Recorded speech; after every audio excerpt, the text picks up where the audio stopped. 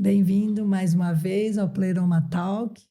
Estamos aqui novamente compartilhando de mais uma xícara de café. Às vezes água, né? Quando o Café. negócio fica grandinho. E a gente queria compartilhar com vocês hoje Gênesis, uma reflexão aqui, tá? Sobre Gênesis 3, 6 e 7.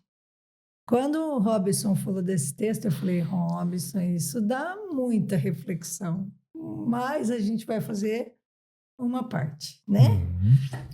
Vendo a mulher que a árvore era boa para se comer, agradável aos olhos e árvore desejável para dar entendimento, tomou do seu fruto e comeu. E deu também ao marido, e ele comeu. Então os olhos de ambos se abriram e, percebendo que estavam nus, costuraram folhas de figueira e fizeram cintas para si. Então vamos falar hoje do que foi que queimou no seu coração sobre isso. Na verdade, assim, quando eu penso, né, porque lá em Gênesis 1:26, né, fala que Deus fala assim, né, façamos o homem à nossa imagem, à nossa semelhança, né? Então o homem ele foi feito, né, à imagem e semelhança de Deus, né? E Deus é espírito, né? Então, assim, a gente vê que o homem ele é um ser, pelo menos era, né, na criação, quando foi criado, um ser espiritual que tinha uma alma dentro de um corpo, né? Tanto que eles estavam ali andando e não estavam nus e não tinham preocupação em relação a isso, porque eram os seres espirituais, né? Eles viviam dentro de um corpo que os limitavam fisicamente, mas eles eram seres espirituais, né? E quando você vê que houve ali o pecado, né, que seria o errar o alvo, como a gente falou já, e quando eles comem daquele fruto que não eram para eles comerem, né, porque aí eles optaram aí não sair da intimidade com Deus, né, há uma inversão desses valores. Aí eles começam a perceber que eles estavam nus. Aquilo que não era a atenção deles começou a se tornar a atenção. Aí eu digo assim, é como se houvesse uma inversão de todos os valores, né? Como se tivesse uma inversão. O homem foi sugado de dentro para fora, ele foi invertido, né? Como se fosse Virou do avesso. Virou do avesso. Exatamente isso, ele virou do avesso. Isso, exatamente essa figura.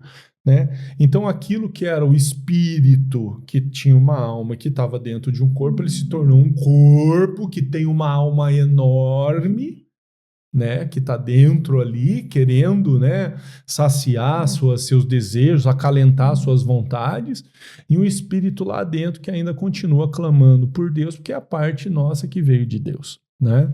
Então isso significa o que para nós, né? Eles estavam nus e não sabiam que estavam nus. E, de repente, os olhos dele foram abertos e eles começaram a enxergar de uma outra forma. Esse enxergar de uma outra forma me faz entender que os valores foram invertidos e foram trocados.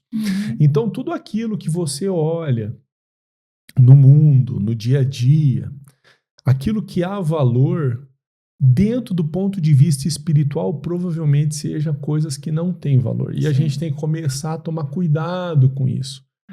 Porque as coisas elas são totalmente invertidas, né? E quando você vê essa perspectiva, principalmente a nível de Jesus, você fica assustado como ele mesmo veio trazendo uma nova perspectiva. Ele veio restaurando valores espirituais, né, que estavam totalmente deturpados do ponto de vista natural por conta da questão do pecado dentro da humanidade. Então, a hora que você vê ele falando assim, ó, maior é aquele que serve. Totalmente invertido. São mistérios, inclusive, que às vezes a gente não consegue entender, né? Quem quer ser o último, que seja o primeiro. Sim. Né? São valores que você for ver no dia a dia de hoje, Eles são valores que, pô, como já se viu? Como que eu vou dar outra face quando eu for... Alguém me bateu, eu vou dar outra face. Que Eu vou dar conversas? a outra face, né? Perdoe 77 vezes 7. 70 vezes 7.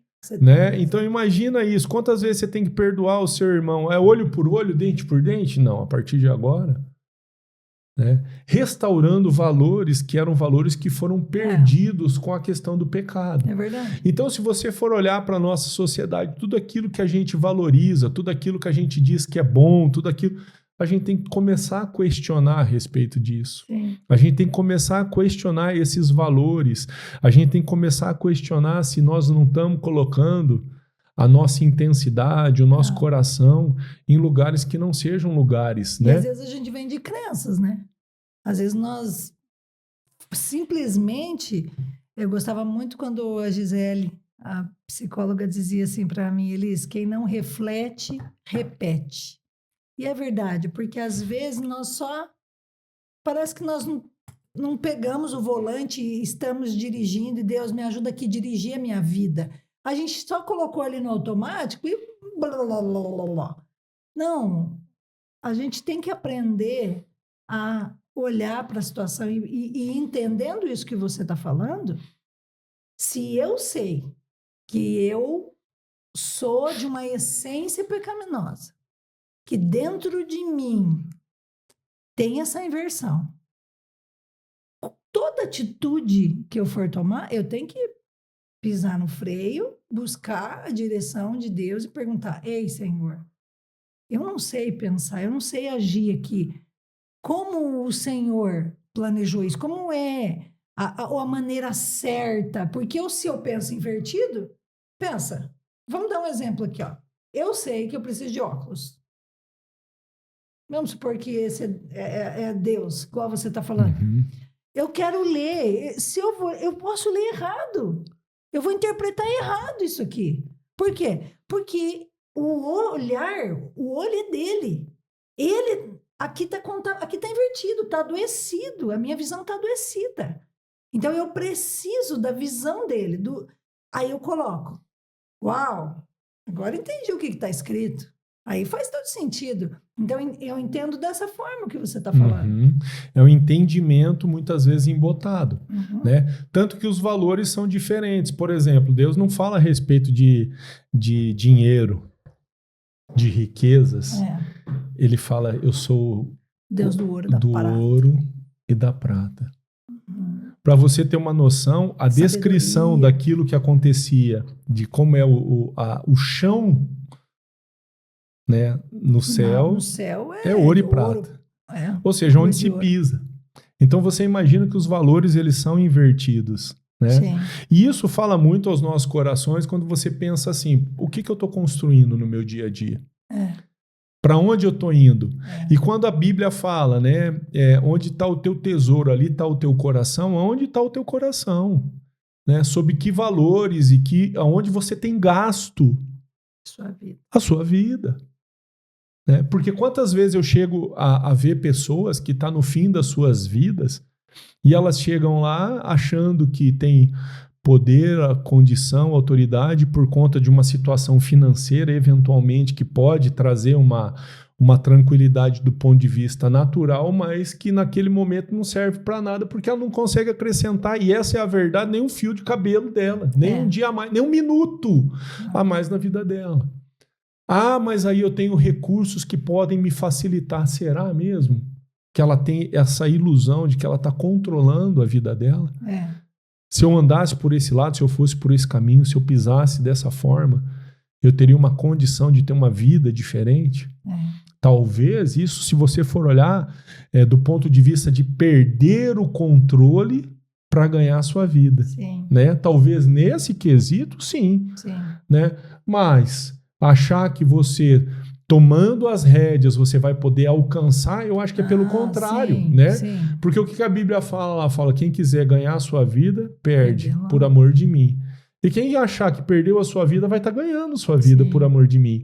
Né? Se você for olhar do ponto de vista natural, né, o que foi a vida dos próprios apóstolos, a vida de Paulo. Mas quando eu falo desse tomar o volante, eu digo que às vezes você conversa com algumas pessoas e elas falam assim, Ah, mas isso aconteceu. Não estava no controle. Eu não sabia. Eu fiz porque fiz. Sim, mas é por falta de atenção e por falta de tomar o controle, de entender. Ó, tá aqui. É Deus. Tomar o controle é o seguinte: eu não consigo enxergar. Sim, Eu não sei enxergar sozinho. Nós estamos falando a mesma Eu coisa. pego.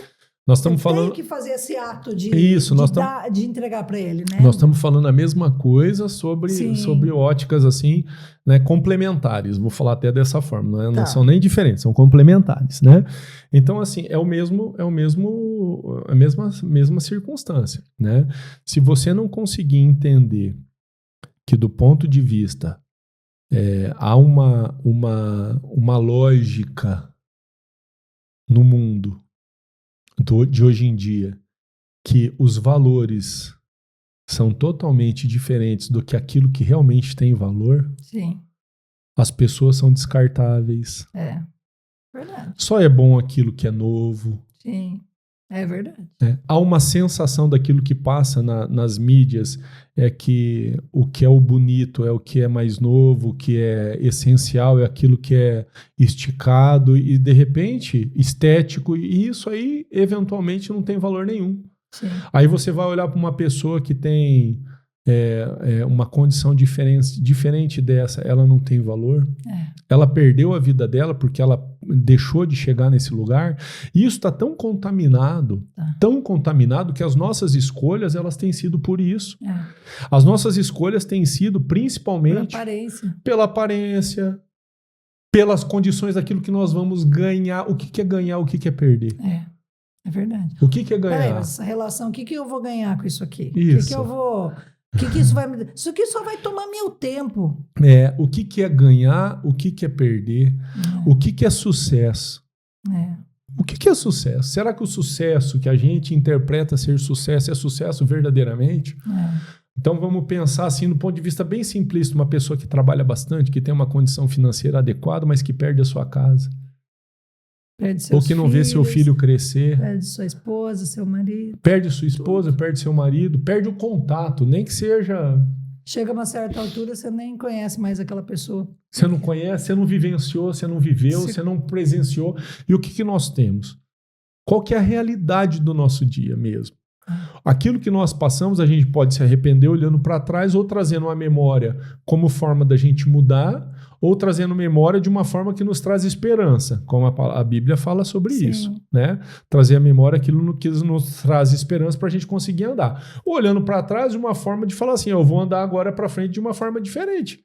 Agora, o amanhã, a gente acha que a gente vai ter, mas a gente não sabe se vai ter. Ninguém pode jurar aqui, você que está me ouvindo aqui, que amanhã você vai estar aqui. Se você está fazendo isso, você está muito equivocado. Muito equivocado, porque você não consegue acrescentar um dia à sua vida. Ninguém consegue. Né? Sempre é graça. O que a gente tem é o dia de hoje. O que a gente tem é o momento de hoje. E o que acontece na circunstância do dia a dia? É cheio de situação para nos envolver, para tirar a nossa atenção, para nos encher de tarefas, de coisas que nós temos que fazer para tirar o nosso objetivo, que é o quê? De buscar Deus, de olhar para as pessoas que a gente gosta. Isso também é consequência do pecado, se você for ler em Gênesis. A partir de agora, você vai trabalhar com o suor do seu rosto, você vai ganhar. A terra vai ser amaldiçoada a partir do momento... Você entende isso? Hoje a gente está vivendo coisas como... esses dias eu vi um hotel nos Estados Unidos que eles estavam trocando todas as plantas naturais de dentro do hotel para colocar plantas artificiais o mais parecido possível com uma natural por causa do trabalho que dá da manutenção. E se você for olhar no dia a dia, a gente quer sempre os processos que são os processos rápidos, né? Os processos que sejam processos ligeiros. Se demorar um pouco mais... Você vê criança ansiosa. Você vê criança já, gente. A gente vê criança ansiosa se a mãe tomar o celular. Por quê?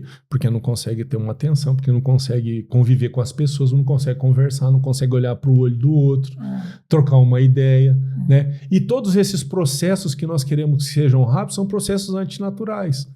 Então você quer emagrecer rapidamente, o que você vai fazer?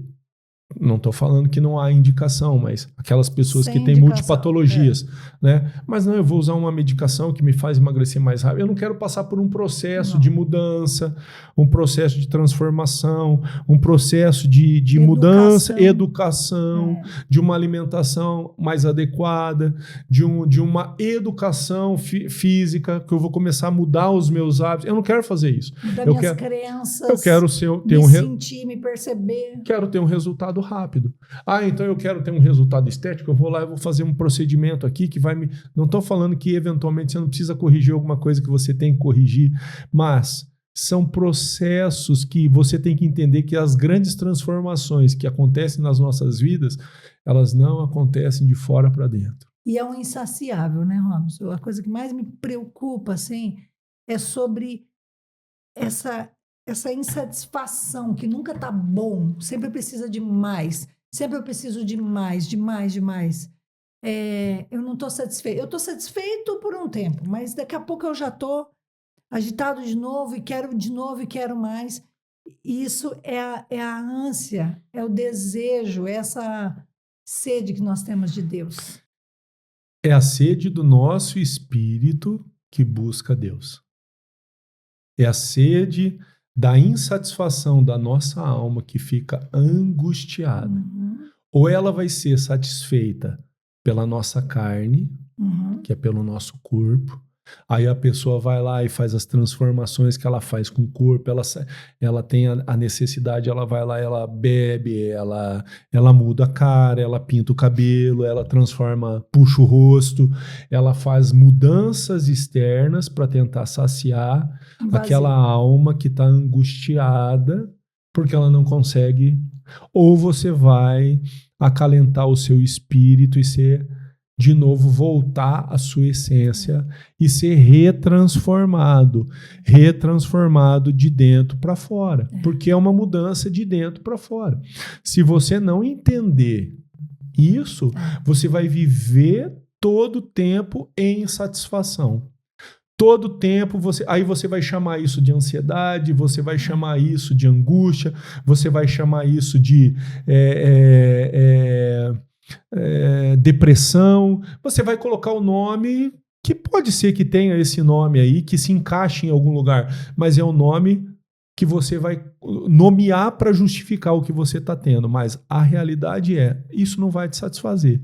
Aí você pode também passar por vários procedimentos, por várias condições, por várias transformações, ainda vai ter uma angústia. Aí você vai alcançar coisas que você sacrificou para conseguir alcançar. Aí você vai olhar e falar assim, nossa, eu precisaria de mais. Aí eu ganho X, eu vou ganhar 2X. Agora eu falo, agora eu estou satisfeito. Eu não estou satisfeito. Porque se eu ganhasse 4X, porque se eu ganhasse 6X, então é uma insatisfação que está interna. E eu vou me tornando escravo. Ao invés de eu me tornar livre, daqui a pouco eu estou escravo de tudo isso. Até porque eu estou escravo de tudo isso. Porque é a forma que nos escraviza. Se nós não somos verdadeiramente cheios do Espírito e de Deus, que acalenta e nos retorna, desinverte a nossa condição, fazendo com que o nosso espírito retome a situação, a vida novamente, nós sempre vamos viver insatisfeitos. Nós sempre vamos viver procurando alguma coisa. E esse procurar alguma coisa... Não aquieta, né? Não aquieta a nossa alma. Aquieta o nosso coração. Não aquieta o nosso coração. Né? E a Bíblia fala assim, que enquanto a gente não conhece a Deus verdadeiramente, a gente é escravo do pecado. E ele fala também que aquele filho que não tem maturidade, ele de nada difere do escravo. Porque ele, apesar de ter toda a condição, ele não consegue assumir a responsabilidade. Né? E o tutor de tudo, ele não pode ser tutor de tudo, porque ele está sendo tutoriado. Sim. Então, ou a gente é filho verdadeiro, com transformação de dentro para fora, sim, ou esse sentimento de insatisfação, ele sempre está dentro do nosso coração. Uau! É isso aí.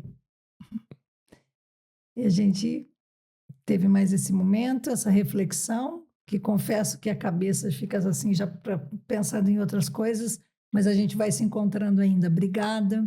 Tudo de bom. Deus te abençoe.